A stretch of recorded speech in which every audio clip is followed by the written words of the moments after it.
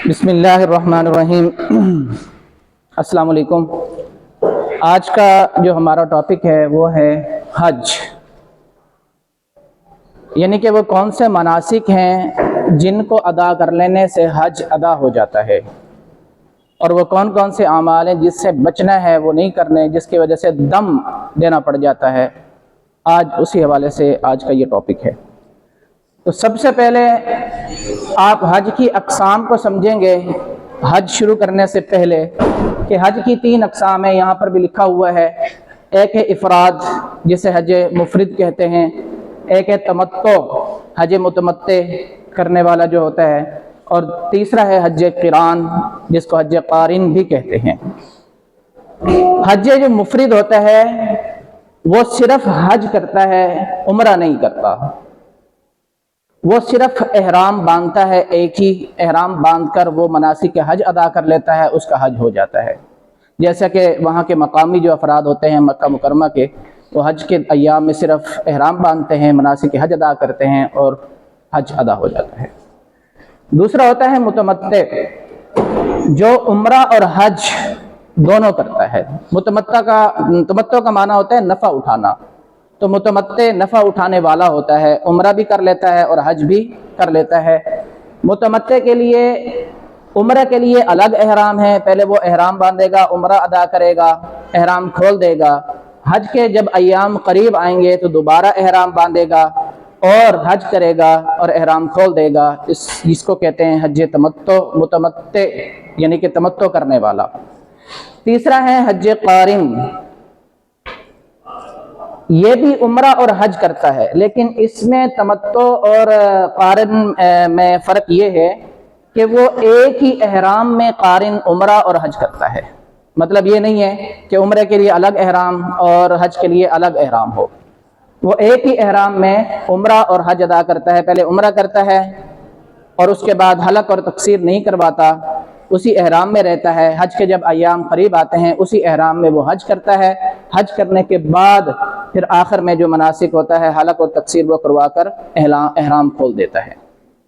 آج کا ہمارا جو یہاں پر جو ہے مناسک حج ہے زیادہ تر متمتع کے حوالے سے ہے، کیونکہ زیادہ تر لوگ جو ہے وہ حج تمتع کرتے ہیں۔ تو چلتے ہیں، سب سے پہلے یہاں پر میں نے لکھا ہوا ہے میقات، جو آپ کے سامنے نظر آ رہا ہے کہ مکہ کے اطراف میں وہ مقامات جہاں سے بغیر احرام باندھے آپ آگے نہیں جا سکتے، اس کو میقات کہتے ہیں۔ جیسے پاکستان، ہندوستان یا مشرق جو ممالک ہیں وہاں سے جانے والے جو ہے ان کے لیے میقات یلملم ہے، یہاں پر لکھا بھی ہوا ہے یلملم۔ اسی طرح اگر آپ مدینہ سے آئیں تو ذوالحلیفہ ہے، نجد سے آئیں تو جحفہ ہے، عراق سے آئیں تو ذات عرق ہے، شام مصر سے آئیں تو جحفہ ہے، اور اسی طرح اور جگہ سے مختلف مقامات ہیں جہاں پر یعنی کہ جو لوگ جہاں سے آتے ہیں اس کے لیے ایک جگہ مقرر ہے جہاں سے وہ احرام باندھتے ہیں۔ احرام باندھے بغیر وہ آگے نہیں جا سکتے، اس کو کہتے ہیں میقات۔ آگے لکھا ہوا ہے وہاں پر وہ احرام باندھتے ہیں۔ احرام کہتے ہیں 2 بغیر سلی ہوئی چادروں کو مرد کے لیے ہے، ایک تہبند کے طور پر اور ایک دوسرا ہے اوپر ڈال لیتے ہیں۔ یہ 2 چادریں ہوتی ہیں۔ عورتوں کا احرام ان کا لباس ہوتا ہے پاکیزہ صاف ستھرا، جو ان کا لباس ہے۔ احرام باندھنے کے بعد پھر وہ نیت کرتے ہیں عمرہ کی، کیونکہ یہاں پر حج چل رہا ہے، یہاں پر حج کی نیت ہے۔ کیونکہ میں تمتع کی بات کر رہا ہوں، تمتع پہلے کیا کرتا ہے؟ متمتع پہلے عمرہ کرتا ہے پھر اس کے بعد حج کرتا ہے۔ تو اس کے بعد وہ نیت کرے گا عمرے کی نیت کرنے کے بعد وہ تلبیہ پڑھے گا۔ احرام باندھنے کے بعد نیت کے بعد تلبیہ 1 مرتبہ کہنا واجب ہوتا ہے۔ اگر آپ تلبیہ نہیں کہیں گے تو دم واجب آ جائے گا، یہ واجب میں سے ہے۔ 1 مرتبہ احرام باندھنے کے بعد نیت کے بعد تلبیہ کہنا، لبیک اللہم لبیک، جو وہ تلبیہ لکھا ہوا ہے۔ اس کے بعد پھر وہ سیدھا بیت اللہ آ جاتا ہے۔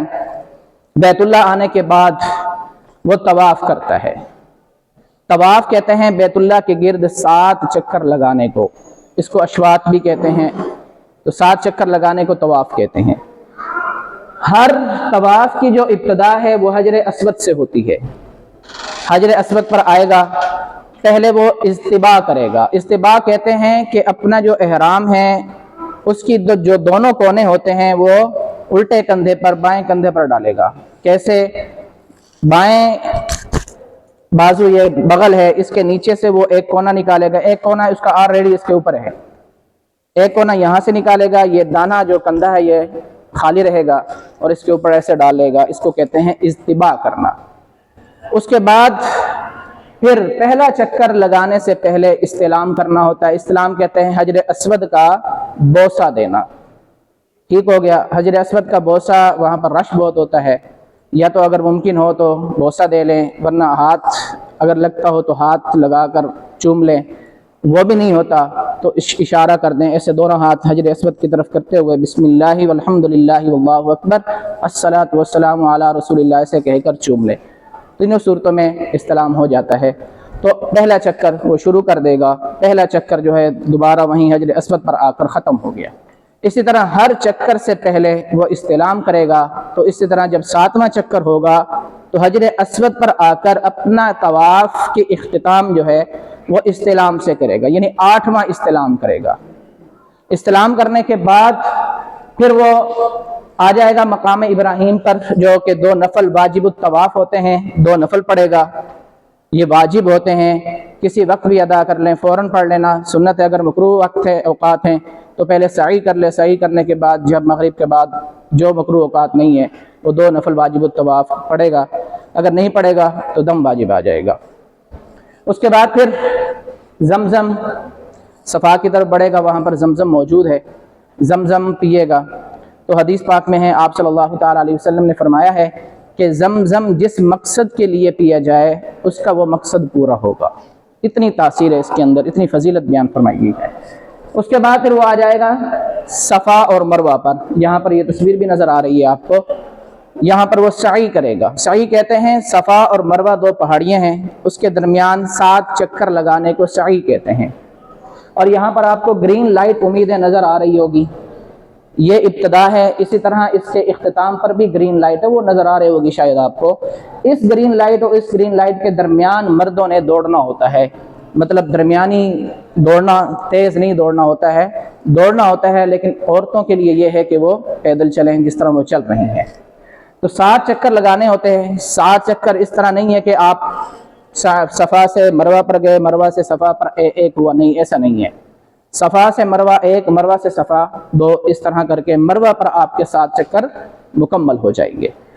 اور اس کے بعد پھر جو عمرہ کرنے والا ہے، حج متمتع جو ہے، وہ کیا کرے گا؟ حلق یا تقصیر کروا لے گا، آخری جو اس کا عمل ہے حلق کے۔ پھر آخر میں لکھا ہوا ہے طواف وداع۔ طواف وداع کہتے ہیں کہ جب آپ آخری ایام ہیں، آپ نے مدینہ جانا ہے یا سیدھا پاکستان آنا ہے تو پھر بیت اللہ کا کیا کرنا ہے؟ طواف کرنا ہوتا ہے، یہ بھی واجب ہوتا ہے طواف وداع۔ تو اس طرح یہ حج کا مکمل جو ہے ایک طریقہ جو ہے، امید کی ہے کہ سمجھ میں آ گئی ہوگی آسان لفظوں میں۔ کوئی کوشچن ہو تو آپ پوچھ سکتے ہیں۔ حج کے حوالے سے اجازت ہے سر میری طرف سے، کوئی پوچھنا چاہے، کیونکہ ہم ایسے ہی ہے مسئلہ، کوئی اگر پوچھنا چاہے تو بے شک۔ طواف زیارت جو ہے نا وہ ضروری ہے۔ اگر ایک شخص طواف زیارت نہیں کرتا، پاکستان واپس آ جاتا ہے، طواف زیارت نہیں کرتا، تو باقی چیزیں تو اس پر ٹھیک ہیں، لیکن طواف زیارت دوبارہ جا کر یا تو طواف زیارت کرے یا پھر یہاں سے کسی کو وکیل بنا دے، وہاں پر ایک اونٹ جو قربانی کے جانور عمر کا ہے وہ اونٹ وہاں پر ذبح کروائے، تب جا کر طواف زیارت اس کو کمپلیٹ ہوگا، ورنہ نہیں ہوگا۔ Thank you.